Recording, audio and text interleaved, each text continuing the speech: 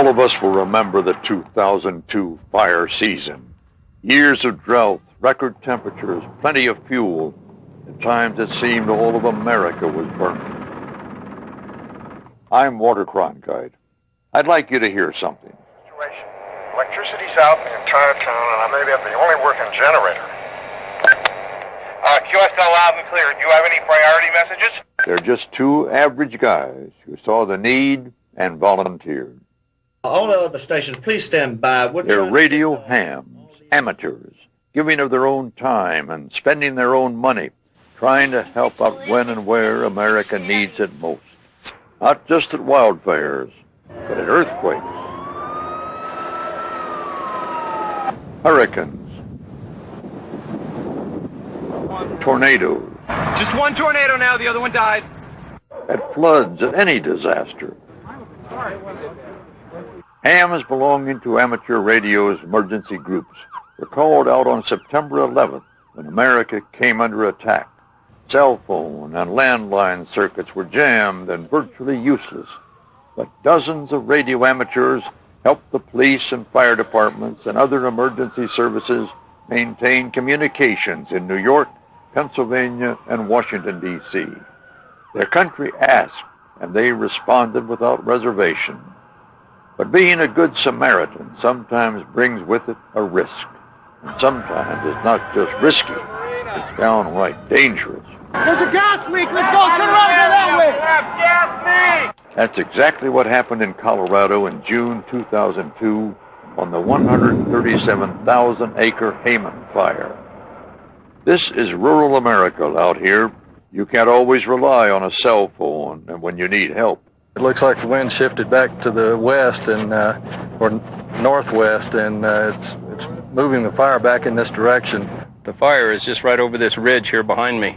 It's starting to get close. Looks like we're going to have to prepare to get out of here pretty shortly. The sky had already turned ominously dark. The air was thick with smoke, making breathing more difficult. The sun reduced in intensity to little more than a light bulb through the smoky haze. The wind, increasing in speed, began blowing the fire toward the volunteers. The sheriff came through a little bit ago and asked us how fast we could get out of here. We're basically right across the road from the last fire line. So they stood by their radios, handling emergency communications for the police, the fire, the Teller County Office of Emergency Services. This is West Creek Fire. Ted, could I get a status update, your location, please? Things are pretty quiet. Firefighters should be coming in for supper before long. Flow of amateur radio operators in this particular event has been very significant. We've provided a lot of communication capability. We're in an area where it's difficult to communicate. As a result, our capabilities greatly enhance the efforts of law enforcement, of firefighting, of the Red Cross, and the Salvation Army.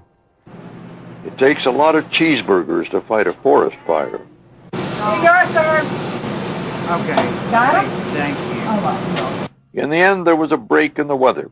The winds changed, and all of the emergency workers, the firefighters, the police, the radio amateurs, handling the communications, all of them were safe. This is WG0N. I'll be coming back to the command center. You know, we call them radio amateurs, but their skill levels are anything but amateur. These are people who in any other realm would be called professionals. They're the people who know how to put the pieces together, know how to build the networks, know how to get information from one place to another when every other system has failed. I don't think that's amateur. Ham radio has been around for 100 years, but that doesn't mean out of date. Even America's space shuttle and the International Space Station have ham radio on board, and it's not just for the enjoyment of the crew. Do you tend to reevaluate your life when you look at the Earth? Over. When you float up here above the Earth in our little spacecraft and look down at the great big spacecraft that we all fly on, it makes us all think about what our priorities are. Over. Someone once said, and it's probably true, that amateur radio is the only fail-safe communication system in the world. Many of you know I'm a sailor. I really enjoy being on the sea with the wind at my back, underway, under sail. What most of you don't know is I'm a radio ham too. My call is KB2GSD. And you can bet that when I'm on the ocean, even if the GPS, the radar, and the ship-to-shore fail, I've still got my ham radio station. It really is the best backup communication system in the world. And that's the way it is.